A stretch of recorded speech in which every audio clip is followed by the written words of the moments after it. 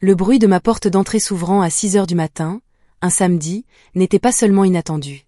C'était le moment où mon monde entier a basculé. Pas de coup à la porte, pas d'appel pour prévenir, juste le grincement strident de valises de marque traînées sur le parquet que j'avais économisé des mois pour faire poser. Debout là, en pyjama, le cœur battant à tout rompre contre mes côtes, j'ai regardé ma sœur de 23 ans, Chloé, inspecter mon appartement comme si elle cherchait à acheter un bien immobilier. Ce sourire suffisant sur son visage. Cette confiance désinvolte alors qu'elle annonçait qu'elle prenait ma chambre. C'est à ce moment-là que j'ai réalisé que parfois, les personnes qui prétendent vous aimer le plus sont celles qui détruiront tout ce que vous avez construit sans en perdre une seule nuit de sommeil. Je m'appelle Molly, et voici l'histoire de comment ma propre famille m'a appris la leçon la plus brutale de ma vie d'adulte. Que les liens du sang ne garantissent pas la loyauté.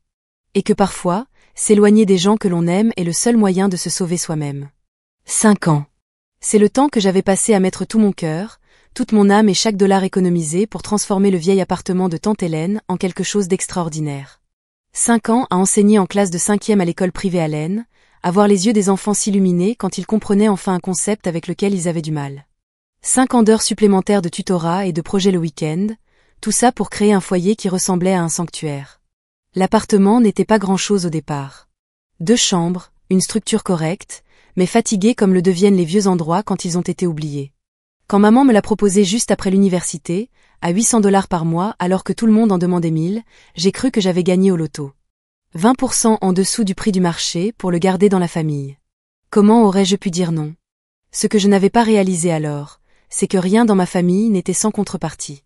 J'ai transformé cet endroit avec cet amour obsessionnel qui ne vient que lorsqu'on a enfin quelque chose qui nous appartient. Le parquet qui brillait à la lumière du matin. J'ai cherché des entrepreneurs pendant des semaines pour qu'ils soient parfaits.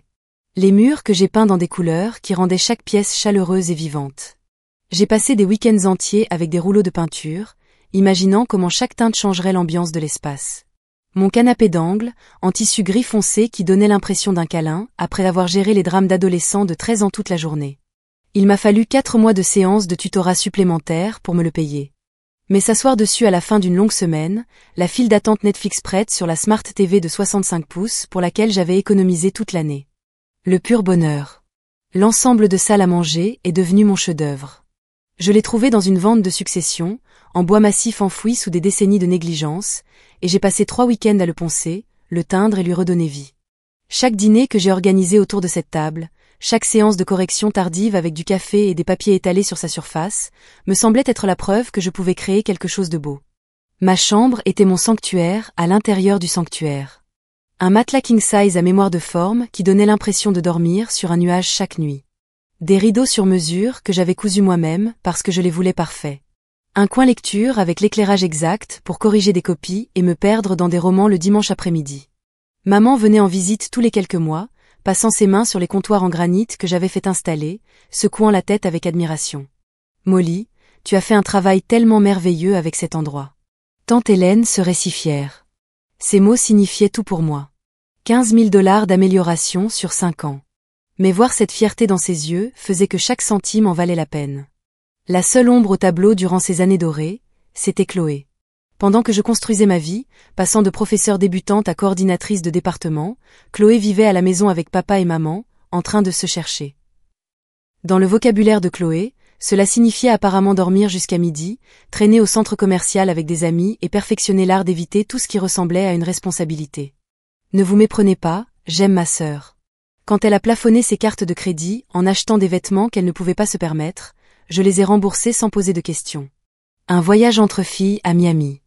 J'ai donné l'argent parce que la voir heureuse me rendait heureuse. Quand elle a pratiquement pété les plombs parce que son iPhone 11 était préhistorique comparé au modèle plus récent de ses amis. 1200 $ plus tard, elle avait son iPhone 14 Pro et moi, un autre mois de dîner de ramen. C'est ce que font les grandes sœurs, non? On prend soin des gens qu'on aime, même quand ça fait mal.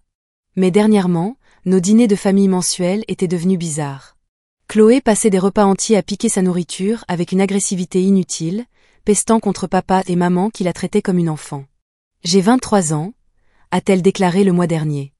J'ai besoin de mon indépendance. Alors trouve un travail et déménage, avais-je répondu, en essayant de garder une voix douce. C'est comme ça que le monde des adultes fonctionne. Tu veux l'indépendance, tu la gagnes. Ce n'est pas si simple, Molly. Tu ne comprends pas. La conversation qui aurait dû être un énorme signal d'alarme a eu lieu 2 mois avant ce samedi matin. Chloé était sur sa tirade habituelle sur le besoin d'avoir son propre espace. Je ne peux pas vivre avec papa et maman pour toujours. Je suis une adulte maintenant. D'accord, alors c'est quoi ton plan? Comment vas-tu payer un loyer sans travail? Chloé a haussé les épaules avec ce geste nonchalant qui, je le réalise maintenant, aurait dû me terrifier. Je considère mes options. Quelles options? Je ne sais pas encore, mais je trouverai quelque chose. J'aurais dû insister. J'aurais dû exiger des détails. Mais les plaintes de Chloé n'étaient pas nouvelles. La même conversation, un mois différent, depuis plus d'1 an. Je me suis dit qu'elle finirait soit par se motiver, soit par continuer à profiter de la vie confortable que papa et maman lui offraient. Ce n'était pas mon problème à résoudre. J'étais satisfaite de ma routine. Café et toast en révisant mes plans de cours, marche jusqu'à l'école à 7h45, rester tard pour le tutorat, puis rentrer dans mon magnifique sanctuaire. Les week-ends signifiaient préparation des repas, marathon Netflix sur mon grand écran, dîner avec des amis professeurs autour de la table que j'avais restaurée de mes propres mains. C'était une belle vie. Chaque meuble racontait une histoire. La table basse d'une vente de succession où j'avais vu du potentiel sous des années de négligence, puis passer un week-end à la rendre parfaite. La bibliothèque exposant des romans que j'avais collectionnés au fil des ans. Chacun marquant une phase différente de mon parcours. Cette table de salle à manger accueillant d'innombrables soirées où mes amis professeurs et moi décompression de nos semaines, partageant des histoires et nous soutenant mutuellement. Maman semblait vraiment fière de ce que j'avais accompli. Elle prenait des photos pendant ses visites pour les montrer à ses amis. Regardez ce que Molly a fait de l'appartement de tante Hélène. N'est-ce pas magnifique? Ces moments de reconnaissance étaient incroyables. Ce n'était pas juste un appartement. C'était la preuve que je pouvais créer quelque chose de beau tout en honorant la mémoire de tante Hélène.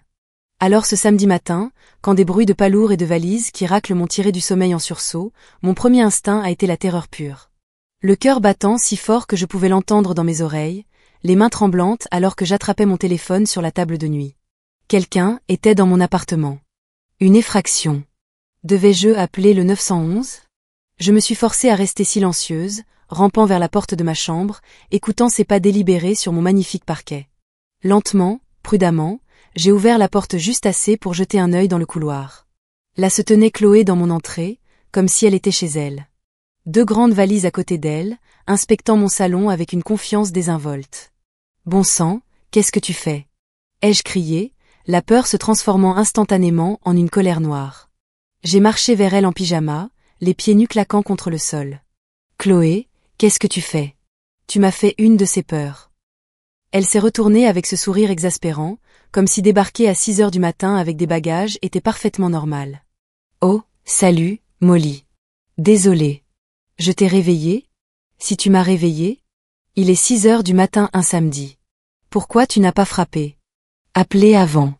Et pourquoi as-tu des valises? » Chloé a haussé les épaules, ce même geste nonchalant de nos conversations au dîner, et a commencé à tirer ses valises plus loin dans mon espace. Je me suis dit que j'allais juste entrer. Pas de problème. Pas de problème? Comment es-tu entrée, d'ailleurs? Maman m'a donné une clé. Mon sang s'est glacé. Maman t'a donné une clé de mon appartement. Eh bien, ce n'est pas vraiment ton appartement, n'est-ce pas? Le ton de Chloé est resté exaspérément désinvolte. C'est l'appartement de maman. Il lui appartient. Une angoisse froide s'est répandue dans ma poitrine alors que Chloé abandonnait ses valises et se dirigeait droit vers ma chambre. Mon magnifique sanctuaire soigneusement décoré avec le lit king size, les rideaux sur mesure et le coin lecture que j'avais créé avec tant d'amour. C'est la chambre principale, n'est-ce pas? A-t-elle demandé, ouvrant la porte de mon placard et fouillant dans mes vêtements comme si elle faisait du shopping. Meilleur placard, meilleure vue. Je prends cette chambre. Tu quoi? Tu peux t'installer dans la chambre d'amis. Elle est plus petite, mais ça ira pour toi. Ce n'était pas possible.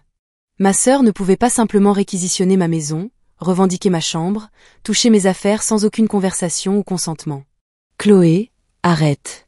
Arrête de toucher à mes affaires, explique-moi ce qui se passe tout de suite.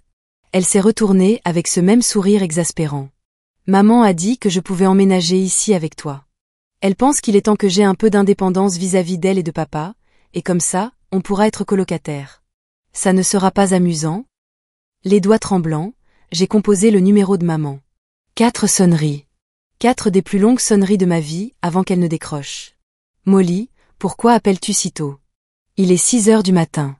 Maman, Chloé est là avec des valises et dit que tu lui as dit qu'elle pouvait emménager avec moi. Qu'est-ce qui se passe? Une pause, juste assez longue pour confirmer mes pires craintes. Oh, Chloé a besoin de prendre son envol, mais elle ne peut pas encore se payer son propre appartement. C'est la solution parfaite. Une solution parfaite pour qui?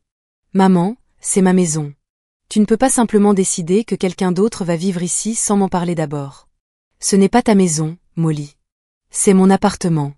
Il m'appartient. Un coup en plein cœur. 5 ans de ma vie. 15 000 $ d'amélioration, d'innombrables heures de travail et d'amour, balayées d'une seule phrase. Je vis ici depuis 5 ans. J'ai mis des milliers de dollars pour rénover cet endroit. Et j'apprécie cela, mais ça reste ma propriété. Une profonde inspiration. Reste calme. Reste rationnel. D'accord, très bien. Alors, combien Chloé va-t-elle payer de loyer? Comment on partage les charges? Maman a carrément ri. Chloé ne va pas payer de loyer. Molly, tu le feras. C'est insensé. Pourquoi je paierais pour qu'elle vive ici alors que je n'étais même pas d'accord? Parce que tu as un travail et un revenu stable. Chloé est encore en train de se chercher. L'injustice était stupéfiante. C'est complètement injuste. La vie n'est pas juste, Molly. D'ailleurs, je pensais augmenter le loyer de toute façon. À partir du mois prochain, ce sera 1600 $. 1600 $? Le double de ce que j'avais payé pendant 5 ans.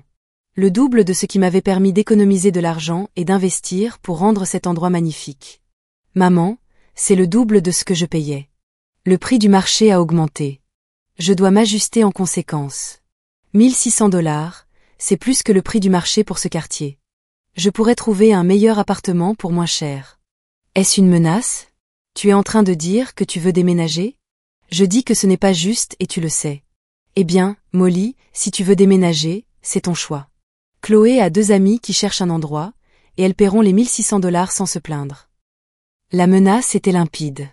Payer le double de loyer pour subventionner le style de vie de ma sœur au chômage, ou partir et laisser les amis de Chloé prendre l'appartement que j'avais passé 5 ans à transformer en foyer. Tu es sérieuse? Très sérieuse. Alors, qu'est-ce que ce sera?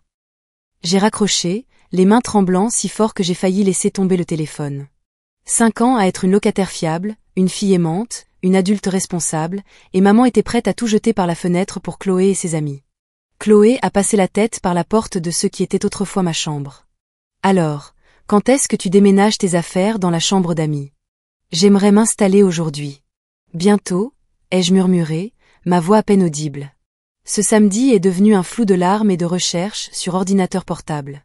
Pendant que Chloé mettait la musique à fond dans mon ancienne chambre et passait des appels bruyants à propos de fêtes qu'elle voulait organiser, je parcourais les sites de location avec des larmes de colère et de trahison coulant sur mon visage. Le soir, j'avais trouvé 3 appartements prometteurs, tous plus petits que ce à quoi j'étais habituée, tous plus chers que mon loyer initial. Mais ils venaient avec quelque chose que cet endroit n'avait plus. La dignité et la tranquillité d'esprit. Dimanche matin, je cherchais un appartement pendant que Chloé ronflait dans mon ancienne chambre. Le premier endroit était un désastre. Photos trompeuses, odeur de cigarette, dégâts des eaux. Le deuxième était trop cher. Mais le troisième appartement était différent. Quartier calme, à 15 minutes de l'école, immeuble ancien mais bien entretenu. Madame O'Brien, la propriétaire, me l'a fait visiter personnellement. Un T2 au lieu d'un T3, mais il avait du caractère. Parquet d'origine, grande fenêtre avec une magnifique lumière naturelle, cuisine confortable avec un beau soleil matinal. 950 $ par mois. Premier mois, dernier mois, et caution à l'avance. Plus que ce que je payais initialement à maman, mais moins que sa nouvelle demande ridicule. Et surtout, il serait à moi. Pas de colocataire surprise, pas de drames familiaux, personne ne changeant les règles sans préavis. Je le prends. Quand puis-je emménager? La semaine prochaine. Si vous pouvez me donner la caution d'ici mercredi. Nous nous sommes serrés la main sur le champ. Pour la première fois depuis samedi matin, je pouvais respirer. Mais en rentrant chez moi, la réalité m'a frappée. Tous ces meubles que j'avais achetés et aimés, toutes les améliorations que j'avais faites, allais-je vraiment partir et tout laisser à Chloé et ses amis? Pas question. J'avais fait des heures de tutorat supplémentaires pour ce canapé d'angle. Économisé pendant des mois pour l'ensemble de salles à manger. Passer des week-ends à restaurer des pièces de mes propres mains. Chloé n'avait pas contribué un seul centime, elle ne méritait pas d'hériter de mon travail acharné, juste parce que maman avait décidé de faire du favoritisme. J'ai commencé à passer des appels. Mon ami Max travaille pour une entreprise de déménagement. Salut, tu travailles ce mercredi? J'ai besoin de déménager pendant que ma colocataire est sortie. Ça sent le drame. Tu n'as pas idée. J'ai appelé mes amis Sarah et Kevin, qui ont immédiatement accepté d'aider à emballer mercredi matin. Le plan était simple. Chloé partait généralement vers 10 heures pour le centre commercial, restant tard avec des amis. Largement assez de temps pour tout sortir. Mercredi est arrivé. Je me suis déclarée malade au travail. Je me sentais coupable de mentir à mon directeur, mais c'était une urgence. J'ai regardé par la fenêtre jusqu'à ce que Chloé parte avec son sac à main de créateur surdimensionné et les lunettes de soleil que je lui avais achetées l'année dernière. Dès qu'elle est partie, j'ai appelé Max. Elle est partie. Viens. Sarah et Kevin sont arrivés les premiers avec des cartons et du ruban adhésif. Nous avons travaillé comme une machine, emballant tout soigneusement, étiquetant les boîtes. Le canapé d'angle, la table et les chaises de la salle à manger que j'avais restaurées, l'ensemble de chambres, la table basse que j'avais rénovée, la télé, même les appareils de cuisine que j'avais achetés pour remplacer les anciens. Tu es sûr pour le micro-ondes?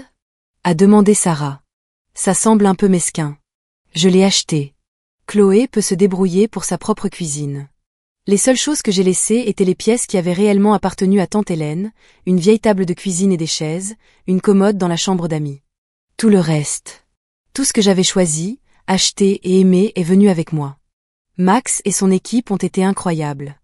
Tout a été chargé en moins de 3 heures. J'ai fait un dernier tour, m'assurant que nous n'avions rien oublié d'important. L'appartement avait l'air si vide sans mes affaires. Pendant un instant, je me suis sentie triste en regardant les murs nus et les pièces vides. Mais ensuite, je me suis souvenu du sourire suffisant de Chloé et du rire dédaigneux de maman, et la tristesse s'est transformée en quelque chose de plus fort, la libération. J'ai suivi le camion de déménagement jusqu'à mon nouvel appartement, où Madame O'Brien attendait avec les clés et un sourire chaleureux. Bienvenue dans votre nouvelle maison. La journée a été consacrée à déballer et à aménager.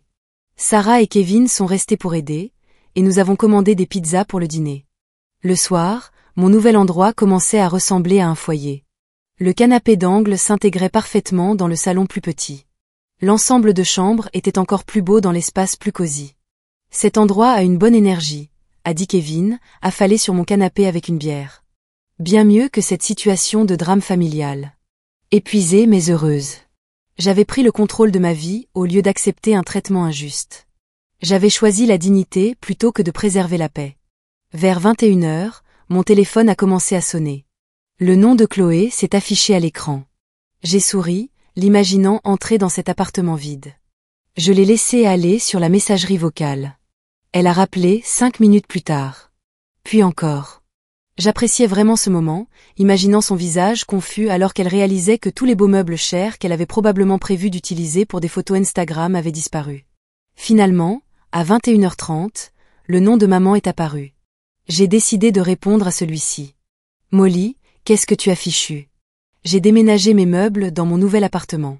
Tu ne peux pas simplement tout prendre. Pourquoi pas? C'est moi qui ai tout acheté. Mais Chloé n'a rien pour dormir. Il n'y a même pas de canapé. Cela ressemble au problème de Chloé, ou à ton problème puisque tu as décidé qu'elle devrait vivre là-bas. Tu es vindicative et égoïste. Je suis pratique. J'ai trouvé un appartement. Je déménage, comme tu me l'as suggéré. Silence. Puis la voix de maman est revenue, plus froide que je ne l'avais jamais entendue. Très bien. Je suis contente que tu sois partie. Les amis de Chloé emménagent la semaine prochaine et elles paieront le loyer complet sans tout ce drame. Tu as montré ton vrai visage. Mon vrai visage? Maman, tu as choisi Chloé plutôt que moi. Tu as jeté par la fenêtre 5 ans où j'ai été une bonne locataire et une bonne fille parce que tu voulais permettre le style de vie paresseux de Chloé. Chloé essaie de se trouver. Chloé a 23 ans. Quand j'avais 23 ans, j'avais un travail et je payais mes propres factures. Tu ne l'aides pas en la laissant vivre sans loyer. Ne me fais pas la leçon sur l'éducation des enfants. Je ne fais pas la leçon. J'en ai fini avec tout ça. Amuse-toi bien à gérer Chloé et ses amis. J'ai raccroché et j'ai immédiatement bloqué son numéro. Puis celui de Chloé et de papa aussi, par sécurité. Je ne voulais plus entendre parler d'aucun d'entre eux. Cette nuit-là, J'ai dormi mieux que je ne l'avais fait depuis des semaines. Dans mon propre lit, dans mon propre appartement, sans drame et sans colocataires indésirables. C'était incroyable. 8 mois ont passé. J'avais honnêtement oublié à quel point la vie pouvait être paisible sans les drames familiaux constants. Mon nouvel appartement est devenu mon véritable sanctuaire. J'adorais ma routine matinale. Café dans la cuisine ensoleillée, me préparer sans personne qui met la musique à fond ou qui monopolise la salle de bain. Un trajet un peu plus long, mais ça valait le coup pour la tranquillité d'esprit. Les dîners de famille ne me manquaient pas. Les demandes d'argent constantes de Chloé ne me manquaient pas. Et les commentaires passifs-agressifs de maman sur mes choix de vie ne me manquaient certainement pas. Pour la première fois depuis des années, je pouvais respirer. Puis un jour, j'ai croisé la sœur de papa, tante Michel, à l'épicerie. Nous nous étions toujours bien entendus, et elle était restée à l'écart de l'affaire de l'appartement. « Molly, comment vas-tu, ma chérie ?» Un gros câlin. « Je vais très bien, tante Michel. »« Et toi ?» Elle a regardé nerveusement autour d'elle, puis s'est penchée plus près. « On peut parler en privé ?» Nous sommes allés à la section café et nous nous sommes assises. Tante Michel avait l'air mal à l'aise, hésitant à me dire quelque chose. « Qu'est-ce qui se passe ? Je ne devrais probablement pas te dire ça, mais je pensais que tu devrais savoir. Ta mère a des problèmes avec cette histoire d'appartement. » J'ai gardé une expression neutre. Quel genre de problème ? Ses amies de Chloé qui ont emménagé. Elles ont causé des ennuis. Des fêtes bruyantes tous les week-ends, de la musique jusqu'à 3 heures du matin. Des gens qui vont et viennent à toute heure. Mais ce n'est même pas le pire. Elle a fait une pause, regardant autour d'elle pour s'assurer que personne n'écoutait. Il y a 2 semaines, elles ont inondé l'appartement de Madame Richardson en dessous. Mon estomac s'est noué. Je connaissais Madame Richardson, une gentille dame âgée qui vivait dans cet immeuble depuis 30 ans. De magnifiques meubles anciens et une collection de livres rares que son défunt mari lui avait laissés. À quel point c'est grave. Très grave. L'eau a traversé son plafond et a ruiné des milliers de dollars de meubles et de livres. Certains étaient des éditions originales qui ne pourront jamais être remplacées. Je me suis senti mal en y pensant. Madame Richardson avait toujours été si gentille, m'apportant des biscuits faits maison pendant la semaine des examens, me demandant des nouvelles de mes élèves. Qu'est-ce qui s'est passé exactement ?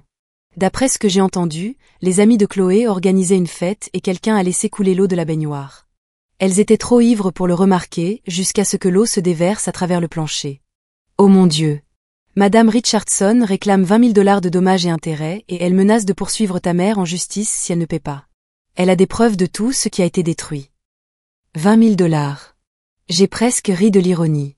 Maman s'était tellement souciée d'obtenir plus d'argent de loyer qu'elle s'était retrouvée avec une facture 25 fois plus élevée que ce que je payais mensuellement.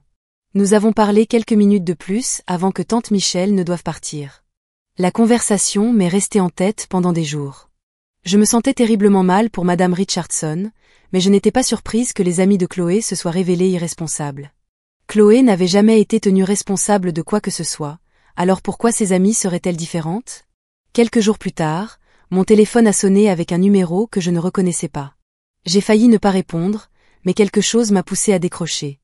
Molly, la voix de maman. Écoute, j'ai besoin de te parler. Nous n'avons rien à nous dire. Molly, s'il te plaît. J'ai besoin de ton aide. Nous avons des difficultés financières et j'espérais que tu pourrais nous prêter de l'argent.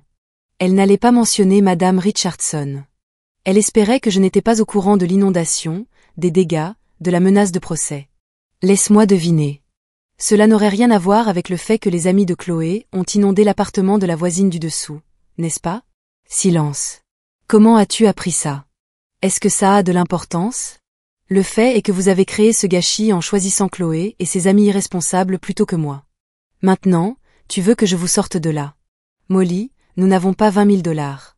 Ce n'est pas mon problème. S'il te plaît, ma chérie. Je sais que nous avons fait des erreurs, mais nous sommes une famille. Une famille ? Maman, tu m'as mise à la porte de chez moi pour Chloé. Tu as doublé mon loyer et tu m'as dit que je pouvais partir si ça ne me plaisait pas. Tu l'as choisi plutôt que moi et maintenant tu fais face aux conséquences. Nous ne t'avons pas mise à la porte. Tu as choisi de partir. J'ai choisi de partir parce que vous me rendiez la vie misérable. Et maintenant, les amis de Chloé vous rendent la vie misérable. C'est drôle comme les choses se retournent. Tu es cruel. Je suis honnête. Tu as assisté Chloé toute sa vie et maintenant tu es surprise qu'elle et ses amis soient irresponsables. Vous avez fait votre lit, Maman, maintenant couchez-vous dedans. Alors tu ne nous aideras pas. Pas la moindre chance. Débrouillez-vous. Tout comme j'ai dû le faire. J'ai raccroché et j'ai immédiatement bloqué ce numéro aussi. Des mois ont passé. Je n'ai jamais su exactement comment ils avaient résolu la situation avec Madame Richardson. J'ai supposé qu'ils avaient soit payé, soit été poursuivis en justice. Leur problème. Ce n'était plus ma préoccupation.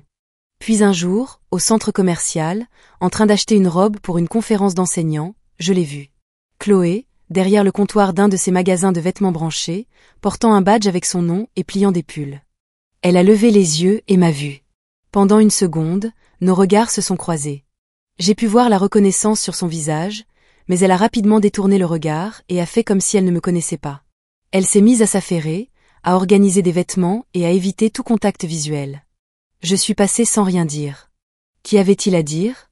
Elle avait enfin un travail, ce qui était plus qu'elle n'avait quand elle a emménagé dans mon appartement sans y être invitée. Peut-être que se faire expulser quand ses amis ne pouvaient pas payer le loyer avait été le déclic dont elle avait besoin. Ou peut-être que maman lui avait finalement coupé les vivres financièrement après le désastre de l'inondation. Quoi qu'il en soit, voir Chloé travailler pour gagner sa vie ressemblait à une justice poétique. J'ai quitté le centre commercial en me sentant bien dans mes choix. J'avais construit une nouvelle vie où je n'étais pas constamment exploitée par ma propre famille. J'avais ma dignité, mon indépendance et ma tranquillité d'esprit. Nos relations familiales pourraient-elles être réparées un jour? Peut-être, mais seulement s'ils admettaient qu'ils avaient eu tort et s'excusaient sincèrement pour la façon dont ils m'avaient traité. Je n'allais pas faire semblant que tout allait bien juste pour préserver la paix. Voici ce que j'ai appris. Parfois, les personnes qui sont censées vous aimer inconditionnellement sont celles qui profiteront le plus de votre gentillesse. Parfois, la loyauté familiale devient une prison qui vous empêche de vivre votre propre vie. Et parfois, la chose la plus difficile que vous ferez jamais est de vous choisir vous-même plutôt que les gens que vous aimez. Mais se choisir soi-même n'est pas égoïste quand les autres choisissent de vous utiliser. Défendre ce qui est juste n'est pas cruel quand les autres sont délibérément injustes. Et s'en aller, ce n'est pas abandonner. Parfois, c'est la chose la plus courageuse que vous puissiez faire. Je suis Molly, j'ai choisi ma dignité plutôt que le dysfonctionnement de ma famille, et je referai le même choix sans hésiter une seconde. Merci d'avoir écouté et si cette histoire a résonné en vous, partagez-la avec d'autres qui pourraient avoir besoin de l'entendre. Et n'oubliez pas de commenter et de vous abonner pour plus d'histoires sur le courage de se choisir soi-même lorsque les relations familiales deviennent toxiques.